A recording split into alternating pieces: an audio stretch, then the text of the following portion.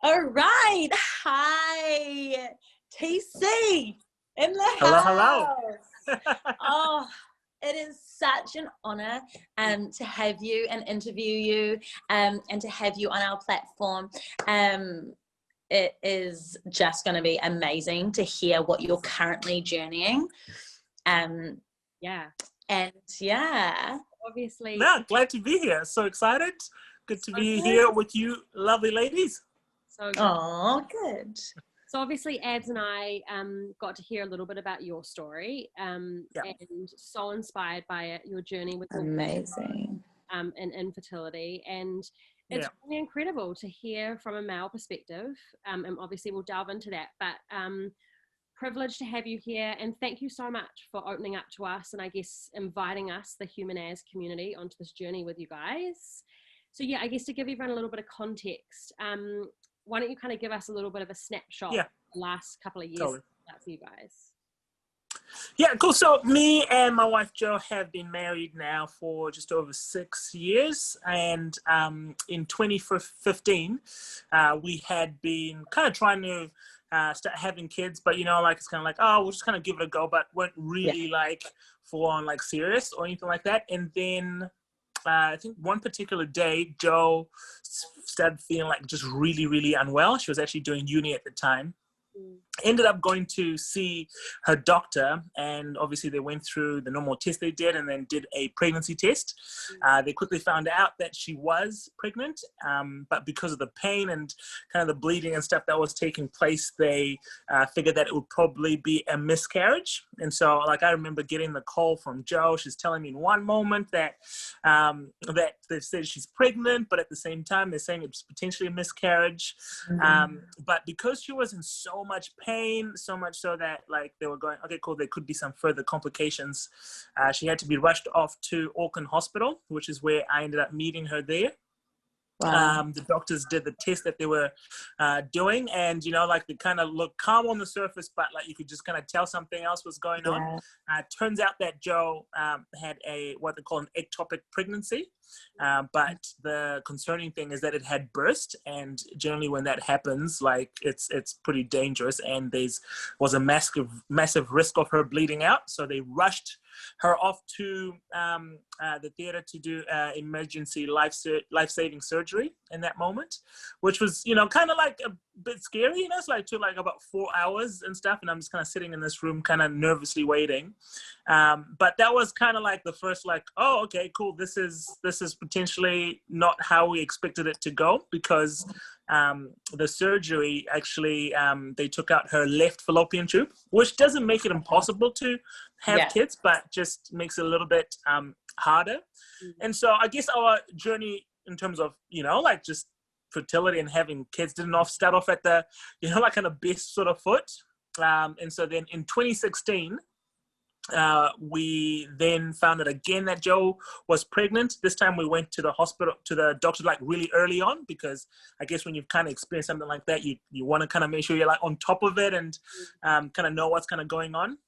They did the blood test and everything, and the thing that we're looking for is what the HCG hormone, that it would kind of multiply within the next few hours and days and stuff. But for that particular pregnancy, that HCG hormone didn't continue to like go up, and so they classified that one as another miscarriage. And so like at this stage, it's kind of like, oh man, this isn't as straightforward, as sometimes I make the joke that teenagers sometimes make it seem, and so it's like, okay, cool, God, like what's going on in this space?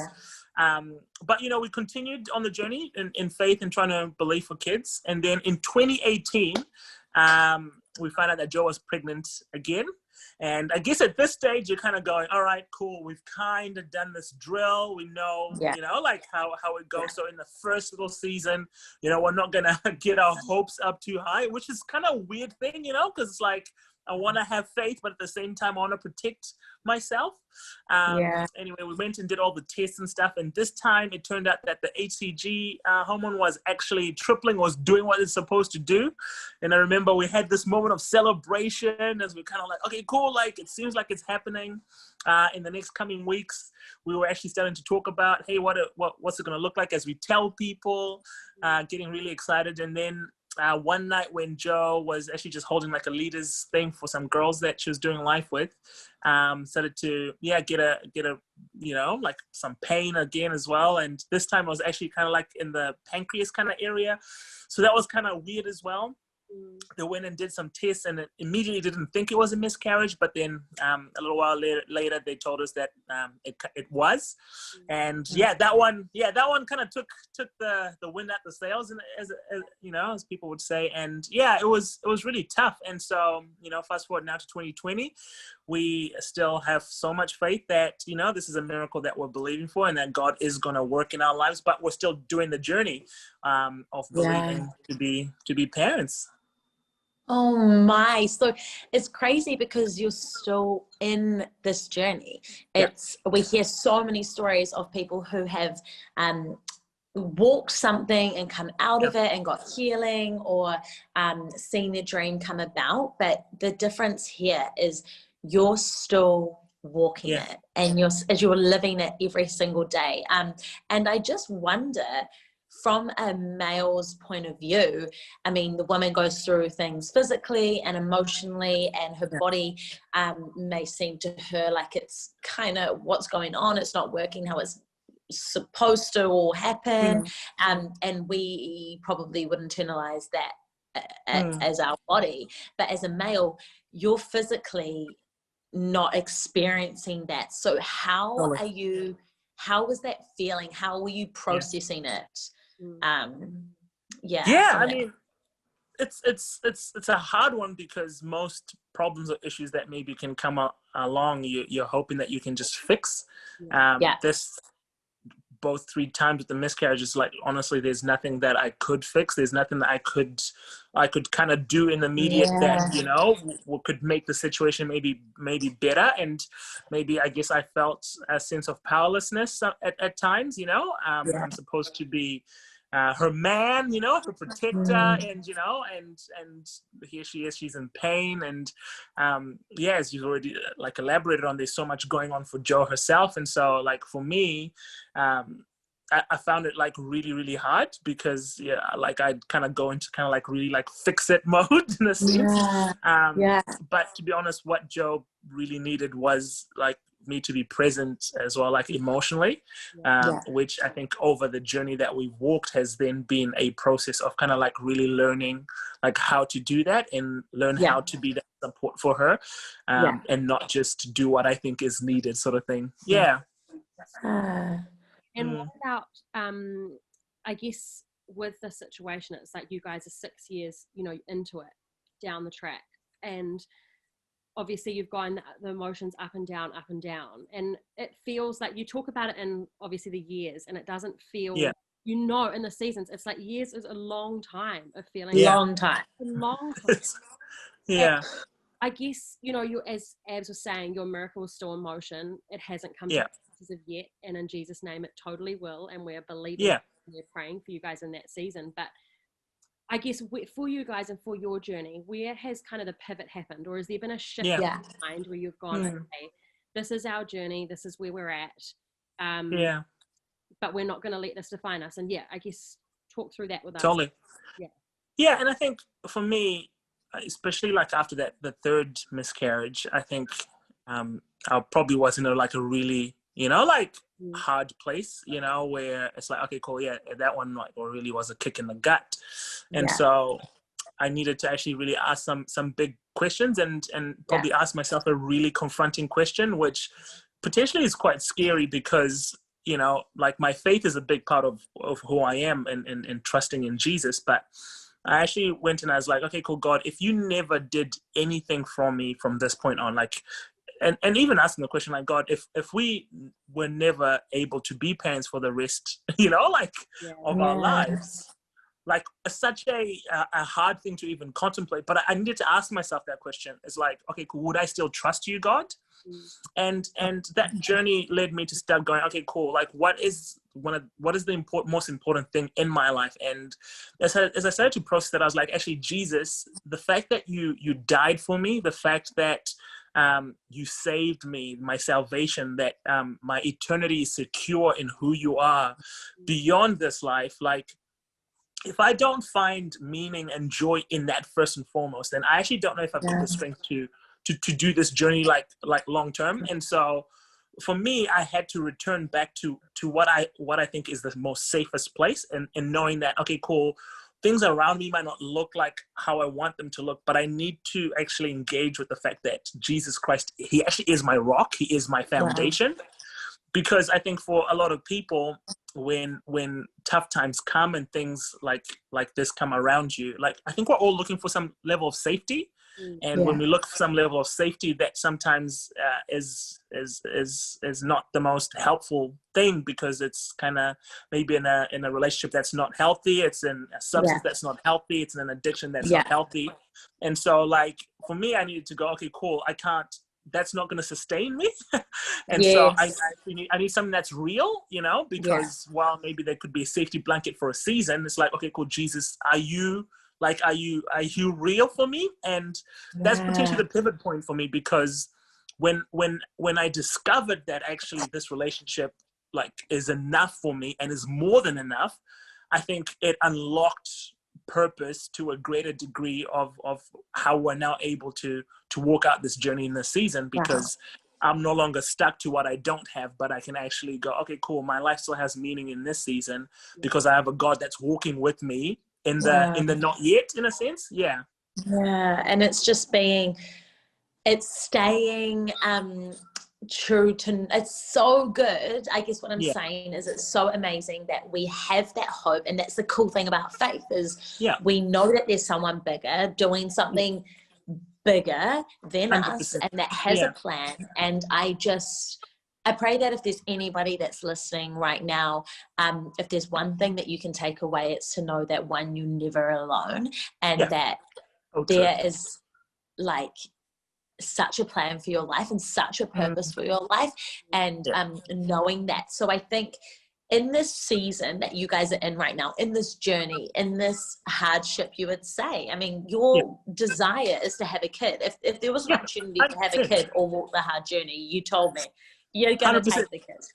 Take the kids straight away. So it's like, how do you, what have you done to know that your purpose is still there and amongst this? In terms of this journey. And I think I think for me it's actually looking at like, well, what do I have in my life still? And so first and foremost, my marriage, that's the most important thing to me. My wife, Jo, who's walking this journey like with me, and so for me, my purpose in this life is I want to make sure I have an amazing marriage, and that I love my wife till the last breath that I take, and I find purpose in that, because I know that God's called me to do that. Currently, me and my wife are youth pastors, and so for me, it's been going, okay, cool, these are the young people in this, season that I've been entrusted with. And so while I might be longing for this thing that's so dear to my heart, but I can still invest in them, I can still speak life into them, and I know that God's done so much in the young people that we've been able to speak into. So they are destinies that are different because of who we are. And so it's taken me actually like seeing that as well.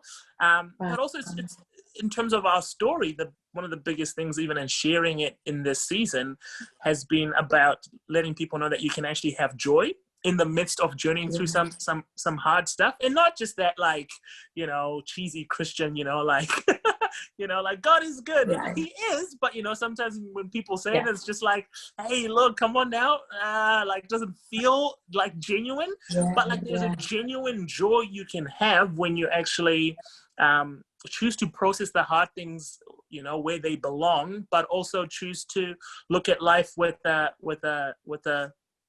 lens that actually there's a God who's working in the midst of it. So purpose for us has meant that we've had to look at what's in our hands, what's still in our heart, and the God that is present and that is using us.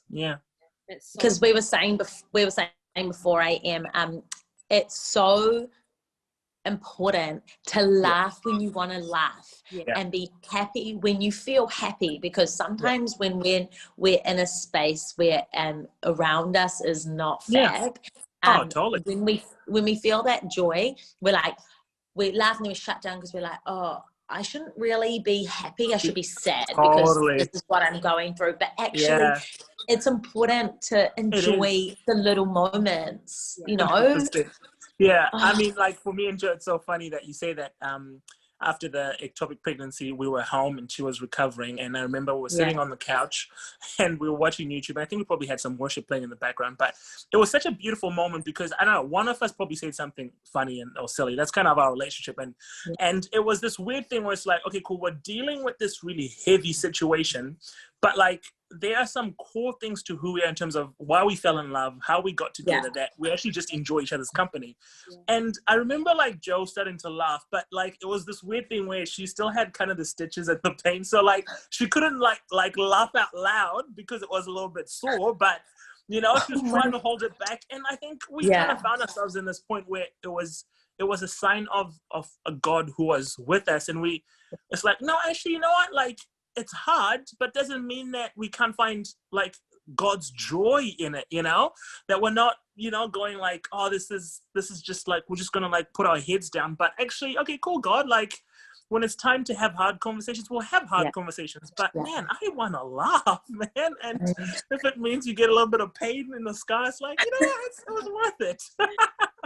So good. It's so important. I think it's, you know, listening to you now is just, it's so inspiring to hear you guiding us in on this journey and bringing us all in, you know, when you're still kind of going through it.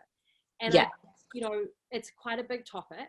Infertility, miscarriages is massive, and a lot of people deal with it more than we realize, and it's a hard conversation to have. And I think, you know, we do shy away from it, and I guess out of shame or whatever anyone's individual situation is.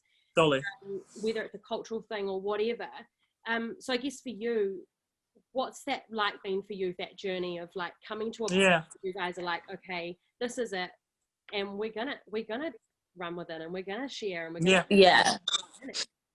totally. And I think you know, before I think we experienced the miscarriages, I'll be honest, I didn't know that, you know, like this world existed, because you know, like you always think best case scenario, I guess, you know, like get married, you know, like be married for a couple of years, you know, then have kids, and you know, it's like, oh, this is how you're gonna plan, it's just going to happen. It's not until, you know, I guess we're in, you know, the hospital and you're talking to the doctors and stuff, where obviously people are trying to reassure you, but you start to hear different stats, and they actually go, man, like this they actually say this is normal, you know, like they use language like that. Hey, this happens a lot, like, you know, and obviously it's in a reassuring stage to say, hey, you're not any different. But I think it made me go, wow, if it does happen quite often, then I think there's a lot of people that are out there that aren't actually talking about it. And I can understand it, because it's a hard topic to talk about. I think it's a hard topic for those that maybe are in community with people that are going through it to even know how to address it. We found a lot that, you know, even with like different doctors and nurses, how they approached it with us kind of sometimes even came across really cold and a bit rash and stuff. And we're like, man, like they just don't really know how to engage with people that are going through something like that. And I think it's because people get awkward, because it's like, man, it's such a you know, such a big thing. Like, I don't know what to say. I don't want to put my foot in my mouth, you know, my foot in my mouth, sort of type deal thing. But actually, I think there's room to have just real conversations. And that's what we actually appreciated the most from people, those that were able to be caring and not just kind of come and say the old, oh, you know, like, God's gonna do a miracle, you know, like, and stuff like that. It's like, well, actually, we didn't ask for that, and you just assumed that we were in this place where we needed that. You didn't even just talk to us, you know, like hear our story and listen. And so I think there is a need, I think, for a lot of people to feel like there could be environments where they could open up. You know, I'm from an African descent, and for us, like having kids, for a woman, like is like where your value lies, so Yeah, I can imagine there'll be other cultures and communities where people would maybe be feeling shame, or feeling like, man, they've let people down. And if anyone's listening, I just want to let you know this, like, shame off you, because ultimately like there is a purpose from God that is greater, and actually like he doesn't put shame on you. There's nothing wrong with you as a person, and we've had to process that as well. And so I would love to see more safer environments, I think, where this conversation could happen and take place. And I think that's why I love this platform. Because I think that's what it's going to create. I think it's going to create a community where people can feel like they can find resources, engage with other people, and have discussions where, we can make people feel heard, which is really cool. Can I just ask you this one question that I just thought of? What do you say when people say to you, "Oh, so when are you guys having kids?" Or, that's such a classic question that everybody asks. Like, it's like, oh, you've been married a year or 2 years. Oh, cool. Where are the kids? Or what, are you guys going to have kids? Yeah. So that must get frustrating. What's your, like, thing? To be honest, we've had to really build some strong skin, but keep our hearts really soft around this. Wow, amazing. Because we are in a church community, and because we've shared our story openly, I think we're more prone to that happening, and so we've had to understand that there are just some people who are awkward, and there's nothing you can do to try and help it, so we probably learned on the fact was like, hey, we're always going to give you the benefit of the doubt. And so, if it crosses a boundary, like, we'll communicate that with you, but we just go, oh, thank you very much, we're believing. Or if someone says, oh, like, how's the baby journey going? My wife has a brilliant line when she goes, hey, we're still practicing, and stuff. And like, hey, we're doing our bit, or stuff like that. And so we've learned how to, keep it light and not let it go into this like deep dark, like, oh, it's terrible and stuff. Yeah. Knowing that for both myself and Joe, we have a place where we can come and talk about it. So we always kind of debrief, oh, hey, this person said this to me. But we've also got some amazing church family that have journeyed through with us that are always going to be safe places where we can go and have discussions. Yeah, because some days must be real. No matter how big our faith is and how like positive you can be, there's days where it's just like, and there's the reality of, like, we've had to celebrate with people that weren't married when our journey started that are having kids now. And how do you turn up and give somebody a hug and say congratulations and mean it when you still have to process the fact that the thought did run through your mind and you went, oh, God, okay, like, awesome, but we're still waiting, and we've had to really go to a place where we've gone, okay, cool, God, we're going to celebrate with everybody. Is it going to be hard? Is it going to be tough? Yes, but this is their miracle, and they deserve us to be 100% there. And it doesn't take away anything from us to say congratulations to somebody else while we're still working our journey, And so, there's been moments where I've had to pray for people to have miracles for babies, and I'm praying for, and it's like, how do you do that, But I think it's God's grace that enables us to walk this journey and be able to do stuff like that. Wow. Sorry, this is COVID for you. In my room, sunlight. Yes, bring all the realness. It's so true. Hey, so I guess looking at your story and where you guys are at now, what is one thing you want people to take away from this conversation or your journey today? I think for me, especially as a guy going through this journey, I'd probably say that there's been a lot of work that has actually gone on behind the scenes. So that even 6 years into our marriage, for myself and Joe, we're at a place where I would say we're not where we want to be, but there is a greater level of strength and a greater level of joy. Because let's be honest, something like infertility and miscarriages and stuff can bring a lot of strain in terms of marriages. And so, for those people that are married and are journeying through this, like, my encouragement would be like, as a guy is like, don't be afraid to do the hard emotional work.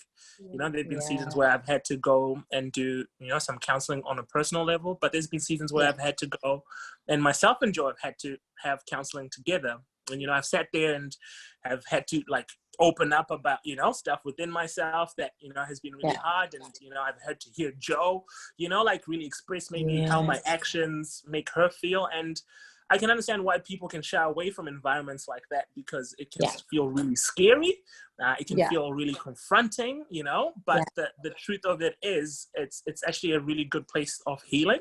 You know, I like to think where, you know, we go to a doctor because, you know, our physical body is not, you know, like doing too well, and we trust them to help us navigate that. And so I think when our emotions, our mental, you know, like world isn't in the right frame of mind, then it's wise to just seek, you know, like that level, you know, of counseling. And for me, I've accepted that it's not going to be the last time that I need to be in that environment. And that's actually okay, because my commitment is to be strong and healthy and fit forever, you know, in terms of the commitment that I've made to Joe. And so because of that, that's the encouragement I give, is that, man, don't be afraid of the hard stuff. Don't be afraid to process the emotions and the feelings, because it's not a one-time journey. It's not I went and I fixed it once and it's all done. And as you said, you never know when it's gonna, you know, kind of pop up when it's like, oh, this is a bad day. So that would be my encouragement. Like, there's hope when you engage with the hard conversations. I think it's that level of vulnerability that you need to have, and to enable to actually take you to another place, or give you strength to step into another place. And I think we're taught in society, and especially from maybe men, have this pressure on them to be the provider, to be the stronghold, to be the man, or you're kind of like weak if you showing you talk about your emotions. Totally. Or soft or whatever. We have this whole thing around that, and I think it then means people think you're strong and brave if you don't speak about your emotions, and you don't get emotional, and you don't cry about it. But actually, you're strong and brave because you've chosen to be like, I'm struggling 100%. And I need your help. Can you please help me? And there's so much freedom when that comes. So true. And because it's like, for me to actually be the best husband for my wife, as you say, and this is where it like does play with your mind, because traditionally we've probably been taught that the exterior and what we look like and what we present is actually what the image is of a good husband. But actually, for me, I've learned, actually, if I can have great emotional stability and security, and I can make sure that my wife feels loved to a depth that, you know, like, you know, is like real, then actually that is of more worth value, I think, long term. And so that's my encouragement. Because like, just one last thing, or one of the last things, you know, there's like a million questions right now. So every day you're waking up and you're still walking this journey, you're still believing, you're still praying. Is there any plans that you're putting in place, or are you just like, let's just keep trying and just trusting that his timing will be his timing? So how are you navigating the future? Definitely. I mean, we obviously, I think after the last miscarriage, had some extra professional help around this. Going to like clinics and tests and stuff like that.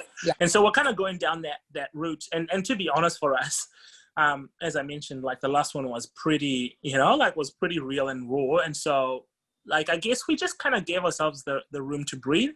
Like in the back of my head, like personally for me, I had, you know, because I've recently turned 30 last year and obviously turning 31 now, but I kind of had you know, because you always have these dream things. It's like, okay, cool, by now, God, this would have happened. And I kind of just decided for myself, maybe we should just take the pressure off ourselves. Because actually that became a little bit unhealthy, because, well, we needed to make sure it's worked by this stage and by then.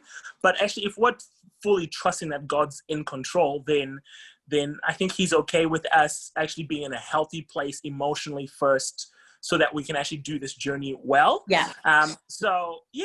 More recently, we've been able to be in a place where we've kind of picked up the conversation really and gone, okay, cool. Like, yeah, I think we're in a place where we're really gonna give it another good go.